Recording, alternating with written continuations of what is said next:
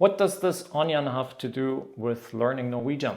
Because cutting onions makes you cry and learning Norwegian grammar makes you also cry. No, that's not what I want to talk about. This video is about fear of speaking Norwegian, something that many students experience and many more experience it also but don't admit it or are not aware of it. And that is a problem that is holding you back a lot, and I want to dissect this a little bit in this video. So first of all, it's totally normal that we experience speaking in another language as something very intimidating.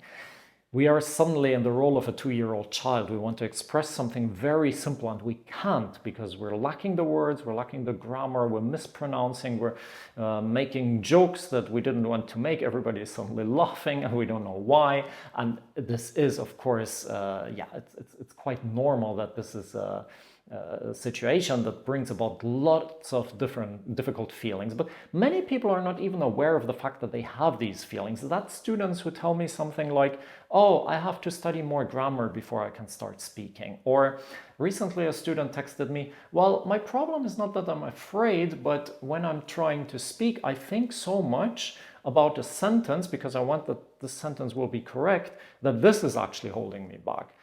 I would say that's just the same thing. It's just a fear in disguise. Basically, the student is also afraid, but she's like rationalizing a little bit in the way of saying, well, I have to produce a correct sentence because else, whatever, people will not understand me or they will laugh at me or whatever. So if you are watching this video and you're like, no, I don't really have fear of speaking, I'd like to challenge you a little bit. Pause it here and think a little bit, where am I actually procrastinating speaking? Are there situations where I could practice speaking and I don't, or where I'm avoiding this a little bit or postponing this a little bit? And then check like what are the assumptions that are there that might be holding you back? Because obviously speaking is something we have to practice a lot, because for most people that's quite difficult, and just like playing the trumpet, you will have to pick up this instrument at some point and produce horrible sounds. There's no way around it. Yeah, you cannot just go to a trumpet concert and listen to it over and over again and then magically start playing in a very good way. This is not going to happen. So you have to practice. So how do we do that? Many hobby life coaches, hobby psychologists will tell you something like, well, you have to step out of your comfort zone, you have to be bold, and you have to just do it, and so on. And of course, if it were that simple, then we wouldn't need any psychotherapists, right? Because like, somebody with depression, you just tell them, oh, look at how the flowers are blossoming and how nicely the birds are singing. It's not that easy. When you're scared, and there's not so much you can do about it, actually. But there is a hint of truth in this idea of stepping out of the comfort zone. So whenever you have a fear and you do not face it, then this fear tends to increase. So I believe the trick somehow is that we approach these fears step by step. So we get out of the comfort zone, but just a little bit. And that's where this onion comes into play. Because the thing is that our fears are usually a little bit layered, like an onion. Speaking to other people is not the same in every situation. So you might have situations that scare you really a lot, like, I don't know, giving a speech in another language, or speaking to a stranger, or talking to your friends, or whatever it is. Yeah, for most people, these fears are a little bit, structured, layered. Something scares them a lot, and other things just a little bit. This is very individual, so you cannot go and say, yeah, it's the same for everybody. Some people will say, well, talking to a language teacher, totally fine for me. She is paid, she's a professional, she hears people make mistakes all day long, so I'm completely relaxed when I'm talking to my teacher. But when I should speak to friends, like who are native speakers, that's creepy.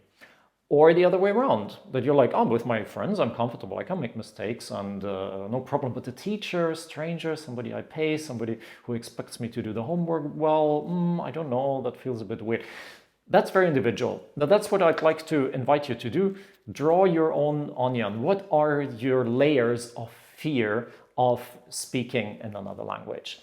Once you have done that, then you can choose deliberately what's the next little thing, the next little challenge you're going to take on.